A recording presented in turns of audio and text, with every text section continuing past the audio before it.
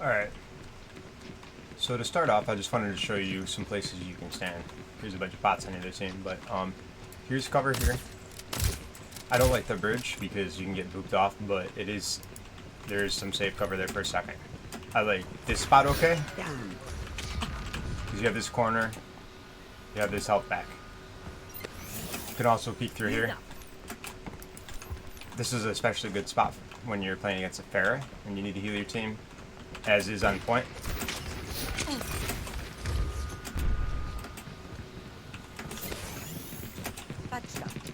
I like the corners of the point, so basically I can get over there.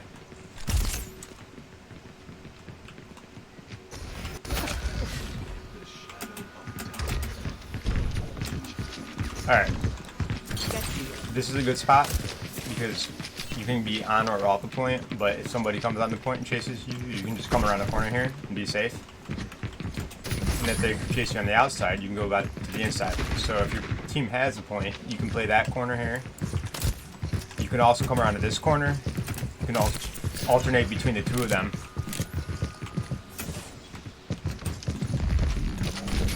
You can also run here and use this center area. That spot works okay if your team has the point and the enemy team's all coming from one direction. You can stand there for a little bit and be safe.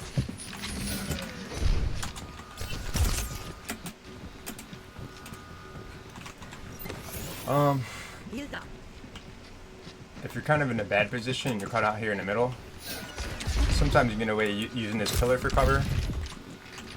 It especially works if somebody's coming from there and you're a little bit out of position.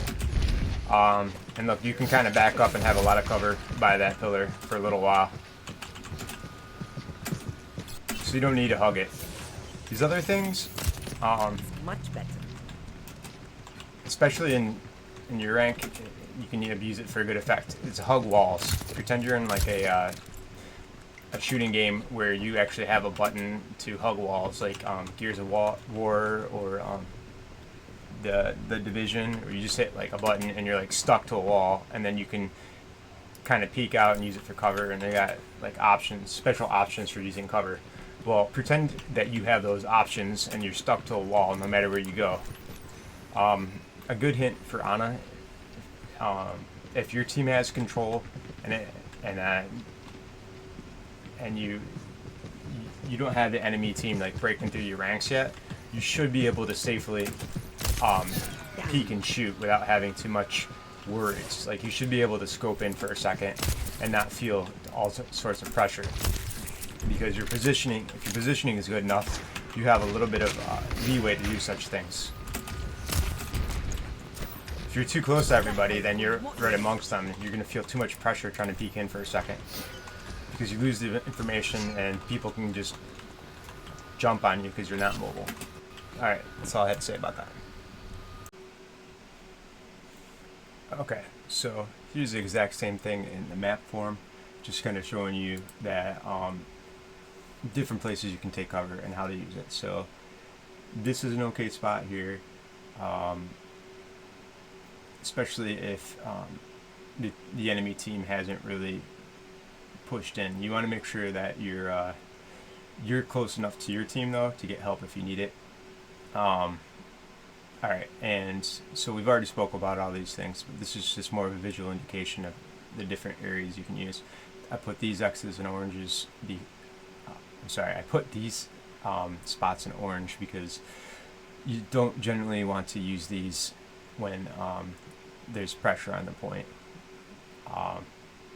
I wouldn't generally choose to be here very long until if a fight's actually about to occur.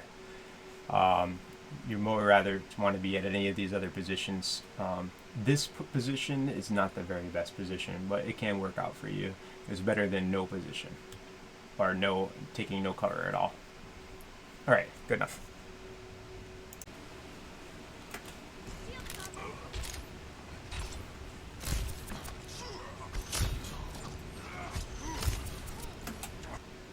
Alright, I focused on this part right here because I wanted to point out that you actually have good enough aim to be scoped in, and that's versatile, like something you're not bad at. So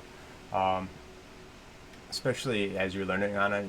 Ana takes a little bit while to learn with when it comes to the projectile aspect of her aiming. When you're not scoped in, your scoped in aim is just fine enough to be okay. And so there's times you want to alternate between the two of them, but especially when learning, the more that you're scoped in, you can kind of lean on your aim there, since it's hit scan. When you're scoped, you'll reliably land more shots.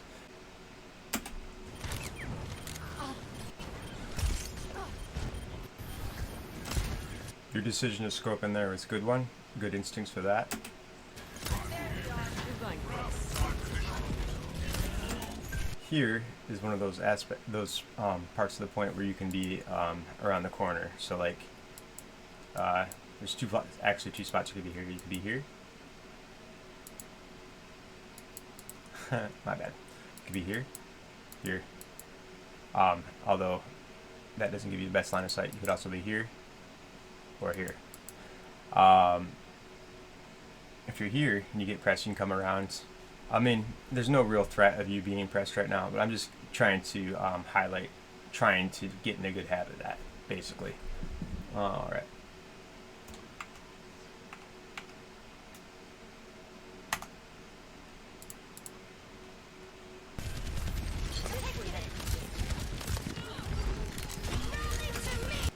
All right. So you came over here to get around this shield.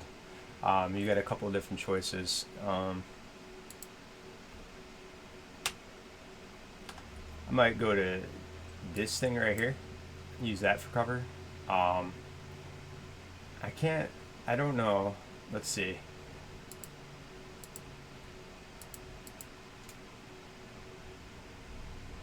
Yeah, the shield's right about here.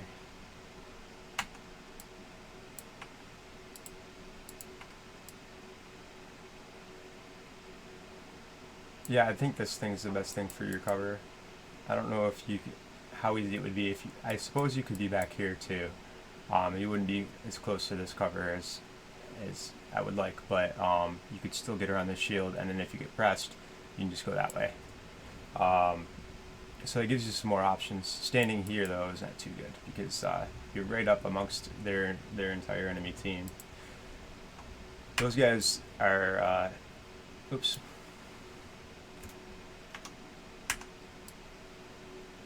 Those guys tend to be right here, so they have line of sight all the way through. Like, they can shoot through there, they can press you, run through there, shoot through there. So, the better you're using cover around you, the more options you have to be safe, and not just take accidental damage. Alright, so here's a continuation of that fight that we just discussed. It's as it's breaking out, and or as it unfolds, I mean to say. So we watch your positioning here.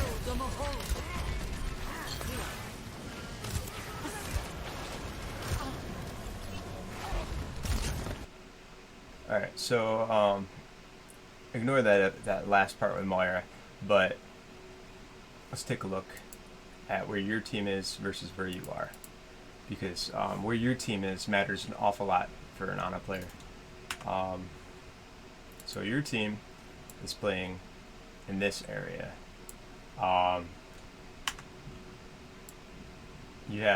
Initially you have most of them here-ish, and a couple like over here, but this is the area that they're existing in. As an Ana player, you want to be back here at all times, something like that, or even back here, somewhere where if you look at this, it's always like a triangle. So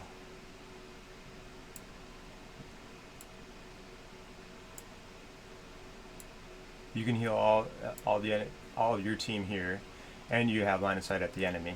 But the enemy has to go through your entire team to get to you. Your positioning instead is like here.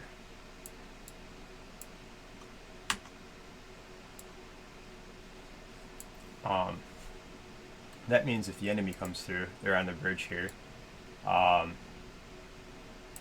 They're able to just go straight for you. And the worst part about this, or one thing that's very not good about this, is when you're here in the orange position,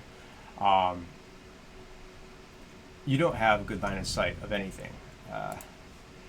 Basically, you have commotion all around you. You have teammates up close to you here. Oops. Up close to here and here, and some people over here. But for you, in order for you to actually hit all those people, like look at that. I don't know how many degrees that is. Like that's like 270 degrees. Maybe this is more like, okay, 120 here. Maybe that's like 270. Like you have to be flipping all around you. You have enemies possibly engaging on you. Like say instead of pulling back and using that Arista shield, maybe there's in a different scenario the enemy team that pushed in here. So you're gonna have chaos everywhere. Like this whole area is gonna be filled with your teammates, your enemies, and you got to know what's going on with all of them and to figure out who to focus.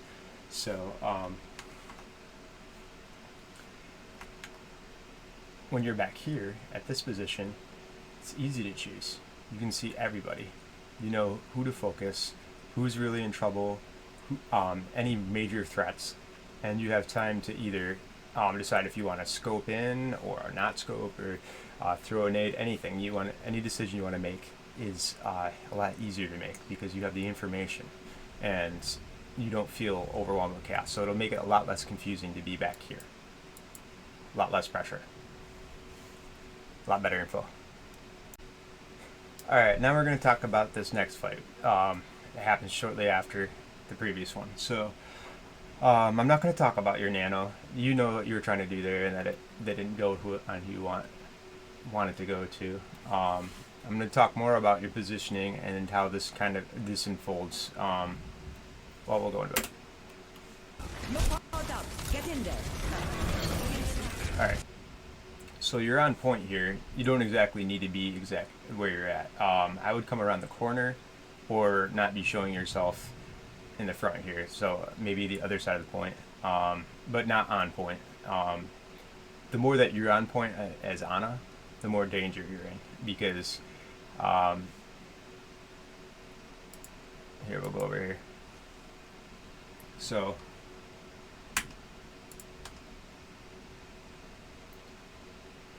the enemy team, in order to win the video game, has to be here. They have to focus their abilities here. They got to kill you, your team, take them off the point. This is everything they're trying to do. For the most part, involves this, especially in silver. They may be choosing to kill the first target they see, but a lot of times they're not going to win the video game unless they go here, and that's what they're going to focus. So you open yourself up for a lot of accidental damage. You make yourself an easier priority, you know. So if they see you, they might think, oh, healer, kill healer.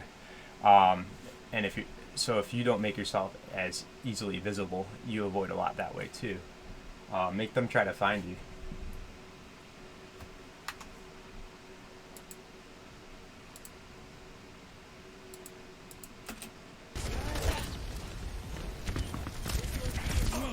That wasn't a bad sleep.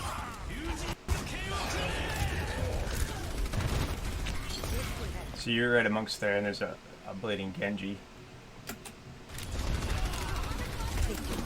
And then you get booped out here. If you weren't on the point, in the middle of the point, you wouldn't have got booped. So now you're out here with your Winston.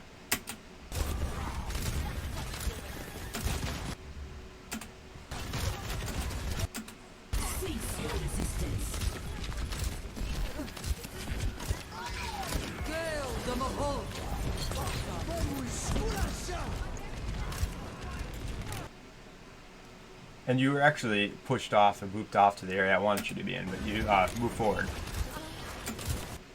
And you're starting to do this thing that I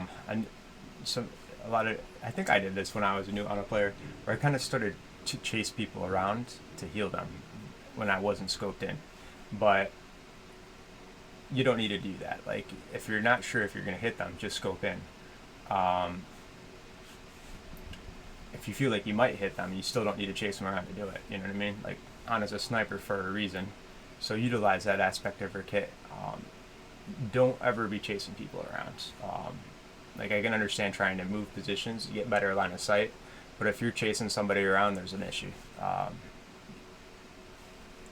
It's just asking for you to get hurt somehow. Alright, this next aspect of the game I'm just going to bring up just to talk about it.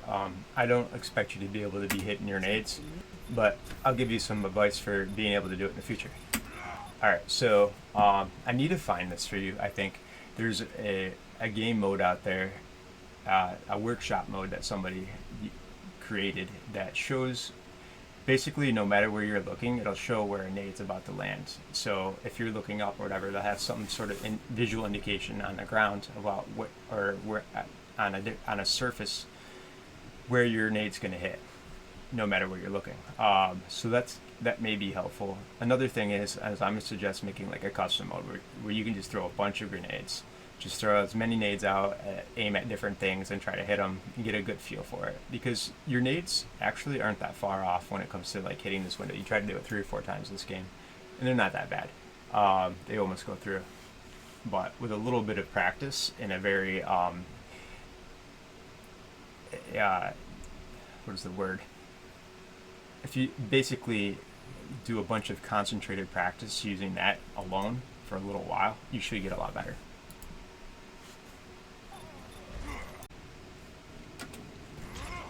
Alright, I chose to talk about this part of the game just because how you're using your abilities. So, if you're not sure if you're going to hit a nade, because it has such a long cooldown, like 10 seconds, 11 seconds, I don't know, a while. And when you're first trying to learn Ana, try to hit more surefire shots.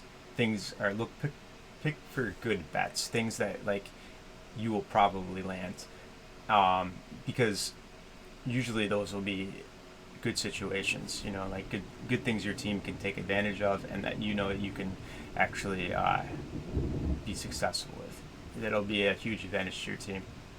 As you continue to play Ana, then you'll be able to push yourself, challenge yourself as your skills develop at hitting more difficult shots. But this is like, pay attention to your cooldown here after you use an aid. So you got 10 seconds. Right here, you could have had it back already. So it's a better time to be using it. That sleep's okay. But what I have to say about it is, don't wake that character up. Your team is not in a numbers. Like this is not a controlled fight. You don't have everybody in your team to focus this target, and you guys are still fighting for it. So here, I'd leave that target asleep because it's almost like they're dead for like 8 seconds or so, and that makes it so the rest of your team can focus on this one soldier and whoever else is around without having it's just one less variable. So you can all focus them, and then when the Orisa wakes up, hopefully you've killed the target, and then everyone can focus their Orisa. So you want to give yourself a numbers advantage sometimes. Although I will say that it's nice that you got that Lucio with that nade, so in a way that makes that valuable. I forgot about that, but at the same time it may be more useful just to have this one character sleeping still.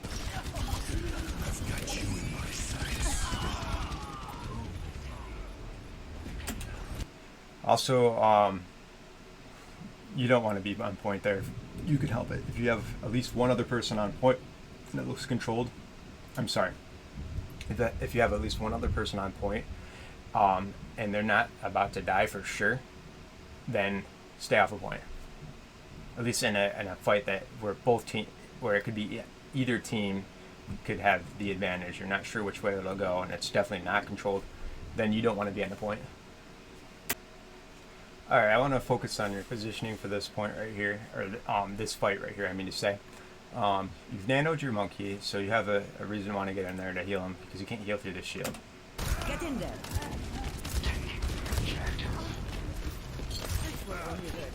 Alright, and then the most important part here is you hear the Genji ulting. So you're trying to heal your monkey, and I think you're going to go over there just to do that.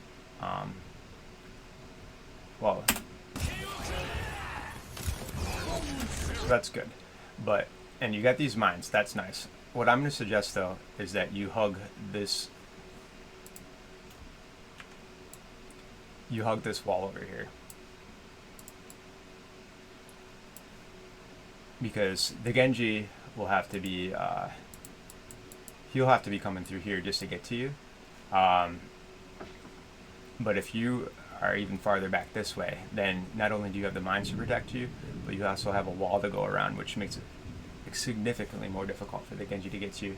And the mines might protect you possibly from the Genji, as you, for some reason he yells out and tries to get you anyways, no matter, at the risk of his own life. But even if the Genji didn't kill you here, you know, the rest of the team could possibly still get you accidentally or put damage into you.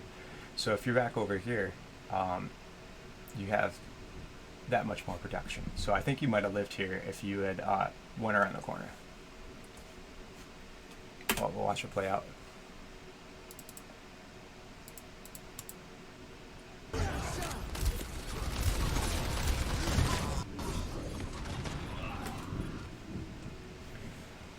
Alright, you can see how it happened, kind of. So, we're going to watch this next fight as it unfolds, because this really indicates your positioning or in your choices. It's something that you could definitely work on a change in general. What I'm say before it happens is think of Ana. Well, here's a concept that you can use to model some of your Ana positioning after. Both for your positioning for healing your team and for putting damage in on the enemy. Here's an analogy, I guess. So you ever notice how beautiful girls don't ever have to chase guys? They don't ever have to do much. Guys come to them. And they're always being flocked by men. What the hell? You know? Think of Ana as a pretty girl of Overwatch. Everyone's got to come to Ana. Ana doesn't have to go to anybody. She might have to, you know, position herself a little differently so she has line of sight. But she never has to chase anybody. She's the one that you want everyone else to chase. So we'll take a look at this. How it would change. Alright, so your ball needs to get out of there for heals. He needs to figure out how to get to you. You don't need to figure out how to get to them. Same thing with his DPS. You don't need how to figure out.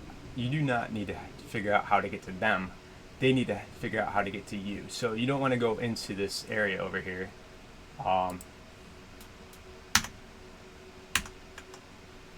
You don't need to go into this doorway.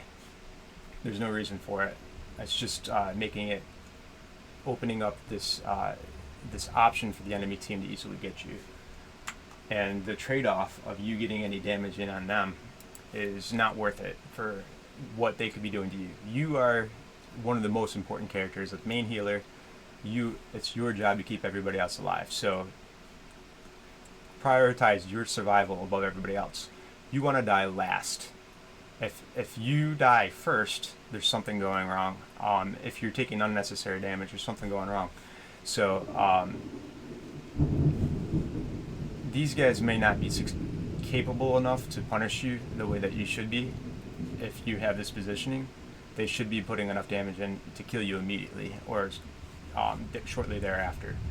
So their lack of ability to put that kind of threat on you is not highlighting this point well enough. It's not.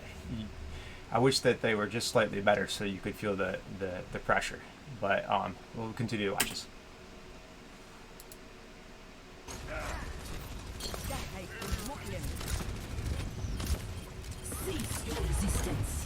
And see your ball, who was in danger, is already on point. He's already long out of there. Hopefully, you know, going to a safer position, and you know you could be over that way instead.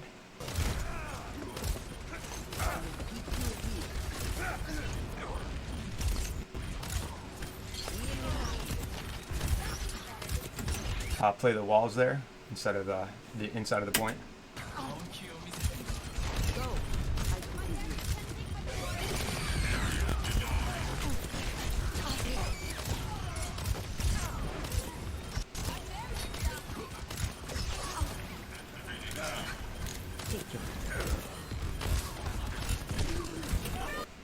There, if you're not sure if you're going to be able to hit a fast-moving character, don't move forward to get to to shorten the distance so that you can hit the projectile better, just scope in quickly and then unscope.